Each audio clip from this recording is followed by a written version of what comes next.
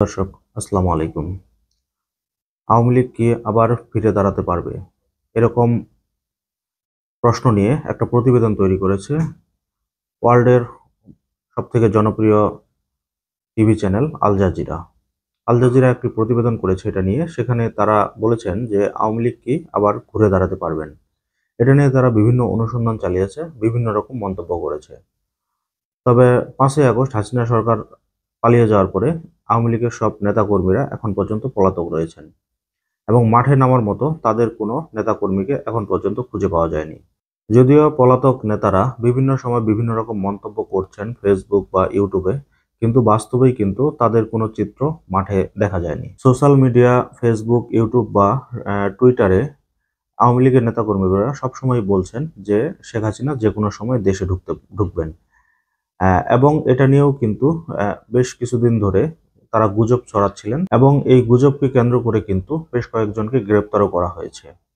তবে Al Jazeera যেই প্রতিবেদনটি তৈরি করেছেন সেখানে তারা বিস্তারিত বেশ কিছু জিনিস তুলে ধরেছেন। আওয়ামী লীগ কি আসলেই ফিরতে পারবে কি পারবে না সেটা নিয়ে তারা পুঙ্খানুপুঙ্খ আলোচনা করেছেন। সেই ব্যাপারটাই তুলে ধরছি আপনাদের সামনে। এই একটা নিউজ করেছে দৈনিক কালবেলা। কালবেলার খবরের বিস্তারিত যেটা বলা হয়েছে যে প্রবাস জীবন বা পুনরুত্থানের অভিজ্ঞতা শেখ হাসিনার জন্য নতুন কিছু নয়। 1975 সালে 15ই আগস্ট শেখ মুজিব তার সপরিবারে হত্যার পর দীর্ঘ সময় শেখ হাসিনা ভারতেই ছিলেন। কিন্তু 81 সালে তিনি বাংলাদেশে ফিরে আওয়ামী লীগের নেতৃত্ব নেন। দল পুনর্গঠনে ও ক্ষমতায় ফিরে আসতে তাকে 21 বছর লড়াই করতে হয়েছে। তবে সেই সময়ের ফিরে আসা আর এবারের ফিরে আসা অনেক কঠিন হবে, কারণ সেই সময় তিনি পলাতক ছিলেন না, আর এবার কিন্তু তিনি পালিয়ে গিয়েছেন ভারতে। তো খবরে আরো যেটা বলা হয়েছে, তবে এবার পরিস্থিতি ভিন্ন বলছেন হাসানুজ্জামান। তার মতে আওয়ামী লীগ এখন গুরুতর নেতৃত্ব ও ভাবমূর্তি সংকটে পড়েছে। তিনি বলেন, ছাত্র নেতৃত্বাধীন এক রক্তক্ষয়ী আন্দোলন ও সামরিক বাহিনীর সমর্থনে দল থেকে ক্ষমতাচ্যুত হয়েছেন, আর শেখ হাসিনার নেতৃত্বের ভাবমূর্তি গুরুতরভাবে ক্ষতিগ্রস্ত হয়েছে। শেখ হাসিনা দলে পুনর্গঠন কঠিন হবে, অভ্যন্তরীণ বিভাজনও বাড়বে। দেশের দুই প্রধান রাজনৈতিক শক্তি বিএনপি ও জামাত উভয়ই বলেছে গত জুলাই আগস্ট গণহত্যায় জড়িত আওয়ামী লীগের নেতাকর্মীদের বিচার হতে হবে। তবে তারা বলেছেন আওয়ামী লীগের ভবিষ্যৎ শেষ পর্যন্ত বাংলাদেশের জনগণই নির্ধারণ করবে। আপনারা ইতিমধ্যে জানেন যে বিএনপি এবং জামাতের পক্ষ থেকে কিন্তু অনেকবারই বলা হয়েছে যে শেখ হাসিনার ভবিষ্যৎ বাংলাদেশের জনগণ ঠিক করবে।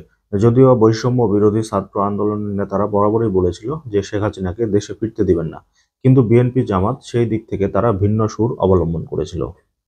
তবে ইউনূস সরকারের উপদেষ্টা মাহফুজ আনাম ইতিমধ্যে কিন্তু বলেছেন যে হাসিনা সরকার গুম খুন আহ, এরকম কাজে জড়িত এবং তাদেরকে তারা বাংলাদেশে ফিরতে দিবেন না এবং নির্বাচনেও ফিরতে দিবেন না।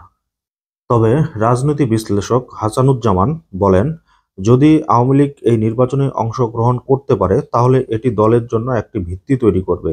তবে নেতৃত্ব সংগঠন ও তৃণমূলের সঙ্গে পুনরুদ্ধার ছাড়া আওয়ামী লীগের জন্য রাজনৈতিক পুনরুদ্ধার অত্যন্ত কঠিন। উনি অনেক ভালো কথাই বলেছেন, কারণ এখন পর্যন্ত আওয়ামী লীগ নেতৃত্ব শূন্যতায় ভুগছেন। মাঠে নেতৃত্ব দেওয়ার মতো এখনো তাদের কোনো নেতা প্রকাশ্যে আসার সাহস পাচ্ছেন না।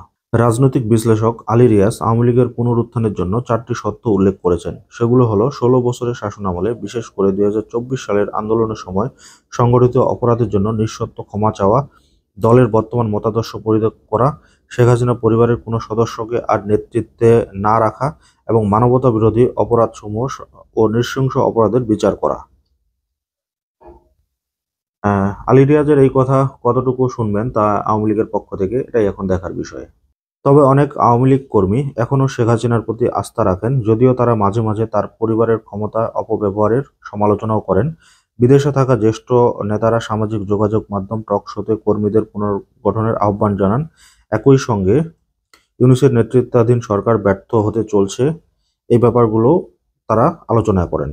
এসব বক্তব্যের নিচে মন্তব্য করে আওয়ামী লীগের জুনিয়র কর্মীরা পাল্টা প্রশ্ন তুলেছেন। তারা বলছেন, বিদেশের নিরাপদ আশ্রয় থেকে বক্তব্য দেওয়া সহজ, কিন্তু দেশে কর্মীরা ছড়িয়ে ছিটিয়ে আছে এবং লুকিয়ে থাকতে বাধ্য হচ্ছে।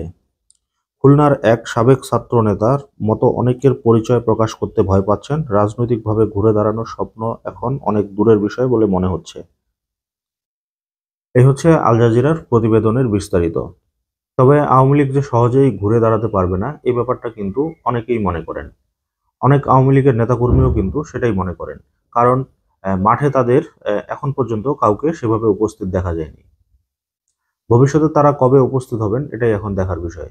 দর্শক, আজকের মতো এই পর্যন্তই। আল্লাহ হাফেজ।